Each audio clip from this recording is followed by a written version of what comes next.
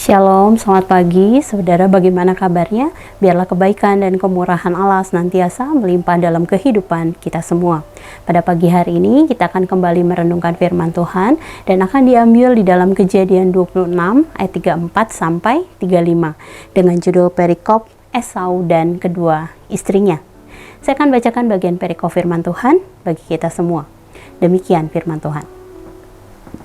Ketika Esau telah berumur 40 tahun, ia memperistri Yudit, anak Beeri, orang Het, juga Basmat, anak Elon, orang Het.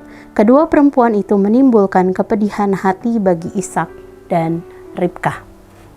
Saudara, renungan kita pada pagi hari ini diambil dari kisah pernikahan Esau dengan kedua istrinya yang berasal dari bangsa yang tidak mengenal Allah.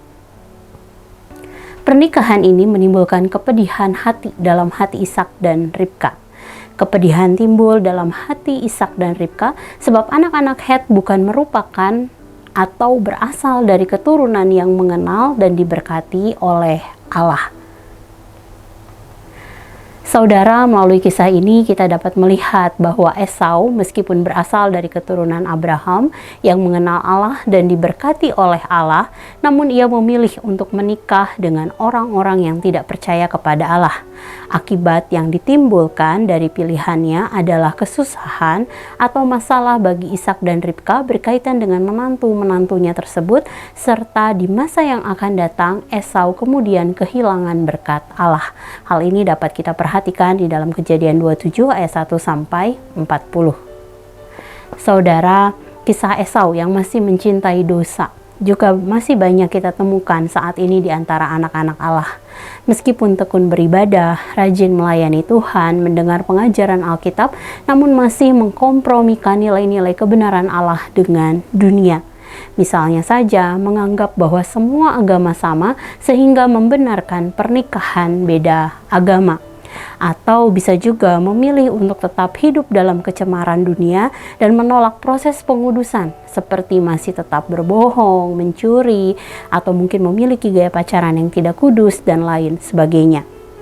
Dan jika kehidupan kita tetap dalam keadaan seperti sebelum kita diselamatkan, maka pastinya kita akan menjadi seorang yang hilang dalam keselamatan Allah. Dengan demikian, saudara, mari kita hidupi firman Tuhan dengan sungguh-sungguh dan bertumbuhlah dalam keserupaan dengan Kristus. Saudara, mari sejenak kita merenungkan firman yang baru saja kita dengar. Saudara, apakah kehidupan kita telah sesuai dengan prinsip-prinsip firman Tuhan? Jika belum, berdoalah dan meminta ampun kepada Allah. Lalu mintalah agar Roh Kudus menolong, membimbing, dan menguatkan kita dalam menghadapi godaan dunia dan memegang teguh nilai-nilai dalam firman Tuhan.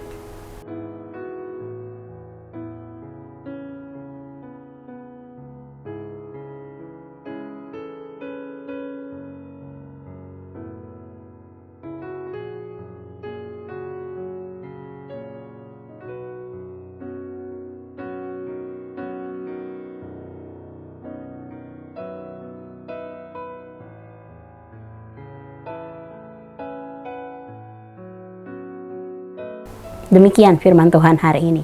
Mari kita berdoa. Tuhan, terima kasih satu hari Allah tambahkan dalam kehidupan kami. Kami bersyukur karena kami punya Allah seperti Engkau, Allah yang senantiasa mengingatkan kami akan betapa pentingnya kami tetap teguh di dalam kebenaran firman yang sudah Engkau berikan kepada kami. Mari kuatkan kami Tuhan, terus bimbing kami di dalam kami menerapkan kebenaran-kebenaran firman dalam setiap aspek kehidupan kami, sehingga di dalam perjalanan kami bersama dengan Engkau, kami bertumbuh menjadi semakin serupa dengan Kristus. Kami menyerahkan Tuhan hari ini aktivitas yang akan kami kerjakan, tanggung jawab yang akan kami selesaikan. Kami tahu Allah yang akan menolong kami di dalam segala sesuatunya. Terima kasih Tuhan, dalam nama-Mu Tuhan Yesus kami berdoa, kami mengucap syukur. Haleluya. Amin. Selamat pagi saudara, selamat menjalani hari bersama dengan Tuhan. Tuhan Yesus memberkati.